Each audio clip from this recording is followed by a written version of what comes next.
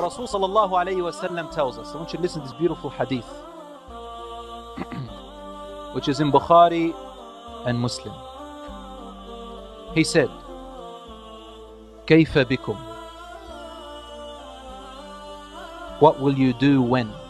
كيف بكم? What will you do when? Iraq,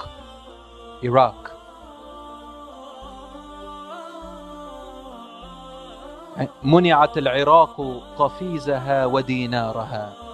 When Iraq is denied its currency. The قفيزها is the old currency of Iraq. What will be your state and what will you do when Asham, when its currency is denied?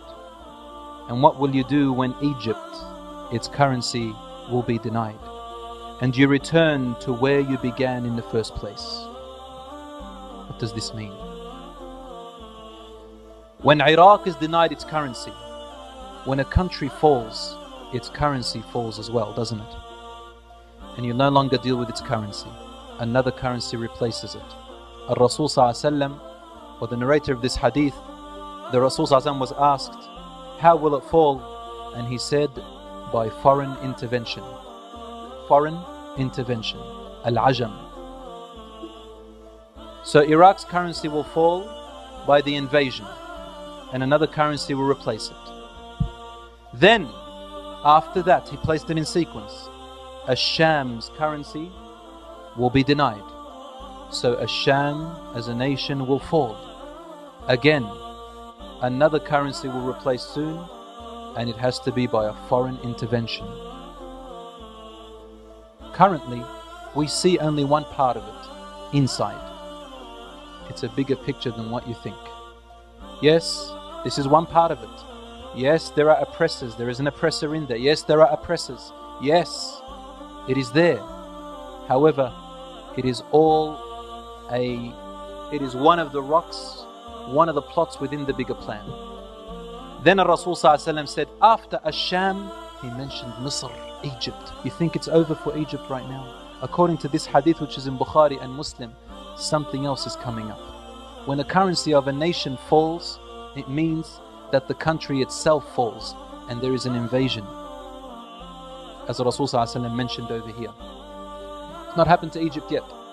But this seems like the sequence that Rasul ﷺ is informing us about it. He also said in another narration, this hadith by Abu Huraira, تُنْتَهَكُ ذِمَّةَ اللَّهِ وَذِمَّةَ رَسُولِهِ. What does this mean? ذِمَّةَ Allah, meaning the Romans or the non-Muslims who used to exist at the time of Islam, when Islam ruled for more than 1,000 years. There were non-Muslims who lived in the lands of Islam, and they were called Dhummis, meaning the ones who are entrusted to us. They lived in our lands and we gave them the right to live in peace, and they had to pay something in return for our protection of them. But not the Muslims. Muslims pay zakat. They had to pay this thing called jizya, which means that will protect you, provide you. Today they say tax, we call it jizya for the non-Muslims who live among us. Only this is a type of agreement. When this, he said, the people who used to do this before, they will no longer do it anymore, meaning they will be overpowering you. And these are the types of people who will invade you. Now these are the facts, and we see it today. What has happened to Iraq is not something that anyone can deny. And what is now happening in Asham is both intervention within and outside. And it is yet to come. Asham, however, is totally different to the rest of the world. It is different to Iraq. It is different to Egypt. It is different to everything. Asham means Lebanon, Syria, parts of Jordan, Palestine. They call it today Israel. I'll call Israeli territories are in there. Palestine and parts of Turkey. This was Asham.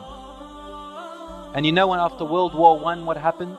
They divided Asham. They concentrated on Asham to divide it into different states, each one with a flag.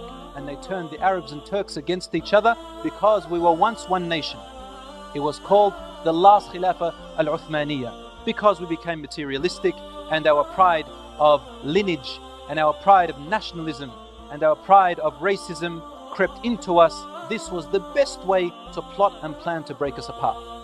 Until today, look at us in misery Rasul ﷺ said, "Utrukuha fa innaha muntina." Leave it alone, for it is a stinking carcass. It cannot bring anything but misery, unhappiness and stench. This is what's happening to us today.